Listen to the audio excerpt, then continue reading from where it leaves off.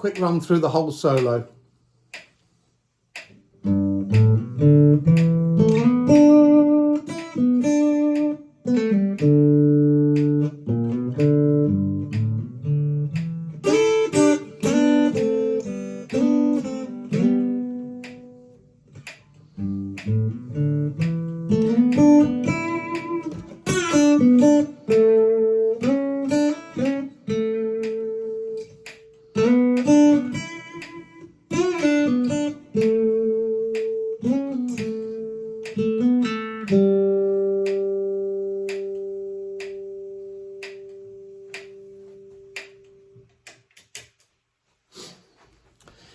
Yesterday I covered the first 4 licks, so that's this little bit.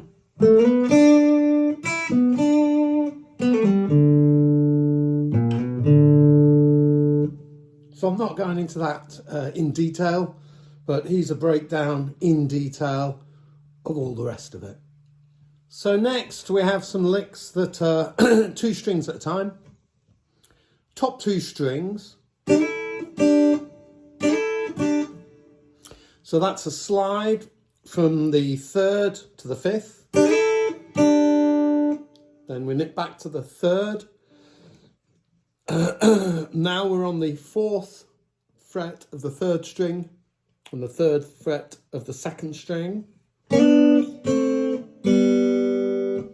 So I like to do a little slide up, single fret. So as soon as I pluck those 2 strings, quick slide up, so you only really hear that 4th and 3rd fret. Here we are, 1st fret, 2nd string, 2nd fret, 3rd string. Then open. So we've got. Now, I play this a tiny bit different from Dave Gilmour. So what I've seen in the video is that he goes, and he finishes with the open 3rd and 2nd strings. And I like to get that sound, that's the same sound there, 5th fret of the 4th string and 4th fret of the 3rd string, because I can then slide up to it. And obviously you can't slide up to open strings.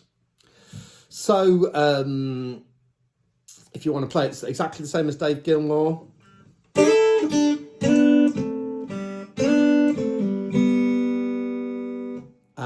if you like me and like that little slide up, slight difference.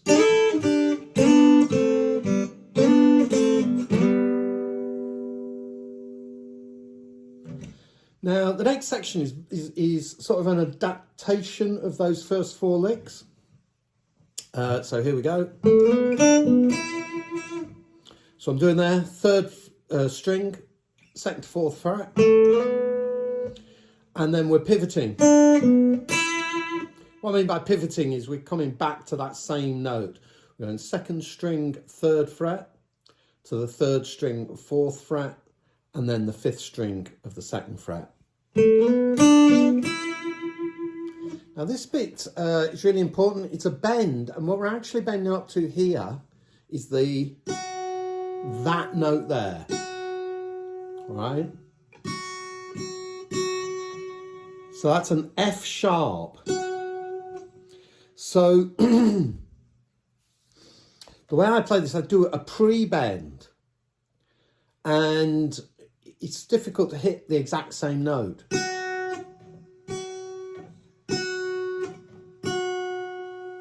See, the first time I did it, I was slightly sharp. Second time, I was slightly flat.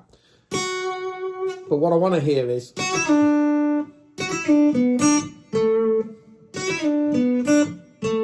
So I could play it with a slide.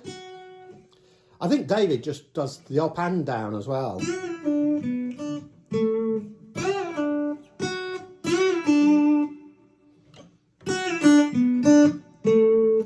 So slight differences in technique. I like to do the pre-bend, aiming for that note. Don't always hit it. So that's pre-bend. I pluck it, bend down and do a pull-off from 5 to 3. 4th fret of the 3rd string, back to my 3rd fret of 2nd string. finally finishing on the 2nd fret of the 3rd string. Now, again, very important that we get to the right note. So this note is a C sharp. We're actually dipping into E Dorian here. This whole solo, I mean, I'll explain it later, but this whole solo switches between Aeolian, Dorian and Phrygian modes, just briefly. And it's these really important little bits that make all the difference. Now, to get that note, I think the way Dave Gilmour does it is it goes. So he's sliding to that note. I like to bend from the C to the C sharp.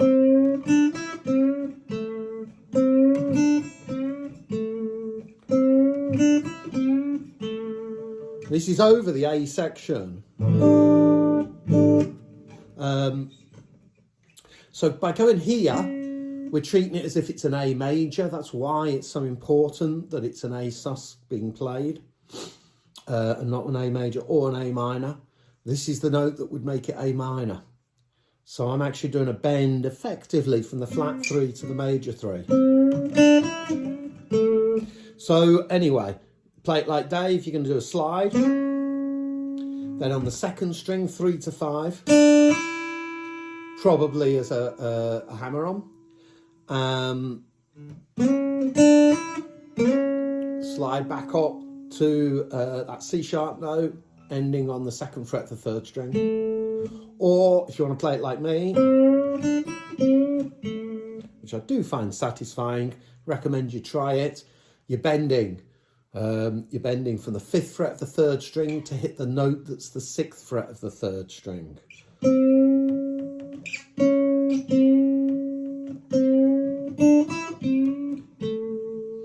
So it's excellent practice for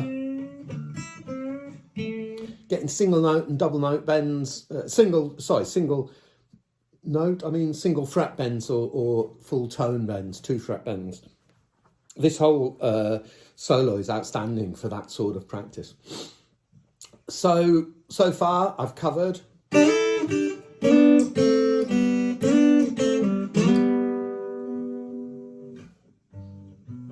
whoops.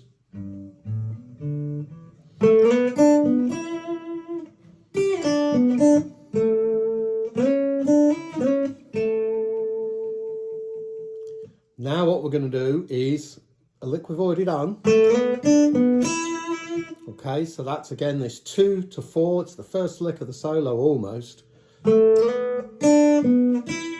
we're coming back, we're going 3rd fret of the 2nd string, back to the 4th fret of the 3rd string, and then up to the 5th fret of the 2nd string. Now this time we're doing just we want to hit this note, which is an F. Treating it as if it's in E Phrygian. So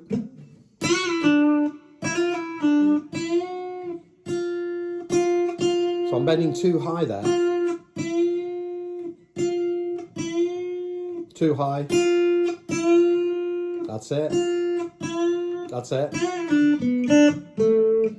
So you'll see what I'm trying to do is demonstrate how one can practice bends in an effective way. You play the note you want to bend to, then bend to it, and check that you bend into the right place. So it's a real quick little tiny bend up and down and pull off. So I'm only plucking the string once. So that 3rd fret of the 2nd string, and then 4th fret of the 3rd, 3rd fret of the 2nd, back to that 2nd fret of the 3rd. And then we're going, so they're the final 2 licks of the solo. We've got, we're going to be playing to that C sharp, 2 frets down, but So I tend to do it as a slide. And then our final lick. So that's second to fourth. I do it as a hammer on and a pull off. Finally plucking the open G string. So I hope you got all that. That's the whole intro solo. To my mind and my ears, this solo modulates between 3 different keys. So subtly, so beautifully, that I suspect most people don't realise. I wonder if Dave Gilmour did it on purpose. I suspect so. If anybody knows, do please let me know. I'd love to see a video, like an interview with Dave Gilmour talking about how he came up with this solo. That would be cool. I don't know if it exists. If we look at a chord progression that goes G major, E minor, I think most people would say, oh, well, that's just G or E minor. So G, Ionian, the G would be the 1 and the E minor would be the 6th chord, 1-6. When I'm playing that solo, I kind of think about it and see it in the context of E minor, or E minors, should I say, because if the G's are 1 and the E minor's a 6, then it's E minor, Aeolian mode. But what about if it was a G that's a 5 and an E minor that's a 3? Because that's what would happen if we were thinking in the context of C major relative to C major. And in that case, then we would be in G Mixolydian mode, and or we'd be in E Phrygian mode. And Phrygian mode has an F note in it.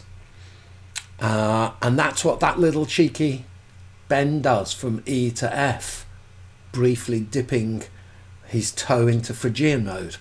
And the reason I think he did it intentionally is that he keeps his two fingers on that 3rd fret of the 1st and 2nd string, so that when he plays the A chord, it's not A major and it's not A minor, because that means that he can solo with a note of C, which would be A minor, or a note of C sharp, which he does, which is effectively E Dorian mode. So the G is a 4 and the E is Dorian mode. So I hope that's opened your eyes, maybe provided you with some information that you weren't aware of, and maybe even inspires you to record G major to E minor chord progression, because then you can just go through every major mode, play G major, play G Lydian, play G Mixolydian, because with those 2 chords you can switch between those 3 modes, and or play E minor, Aeolian mode, E Phrygian, and E Dorian, because it'll work. It's maybe one of those solos that started me on the path that I'm on at the moment, which is I keep fishing for and finding chord progressions that are ambiguous, that I can treat as if they're in different scales, different keys rather, treat as if they're in different keys, and this is how I'm training my ear. So if you want to train your ear to find just Lydian mode and Mixolydian mode acceptable, without having to play over a chord progression that is in Lydian or that is in Mixolydian, where you impose the mode, then G to E minor, it's the perfect one to play with. Anyway, that's it for today. Thank you for joining me. I hope you found that useful and informative. I'm doing 100 videos in 100 days as a project, so I hope you'll come join me tomorrow. Please do like, comment, share, and subscribe. Any or all of the above, deeply appreciated. Hope to see you tomorrow. Bye.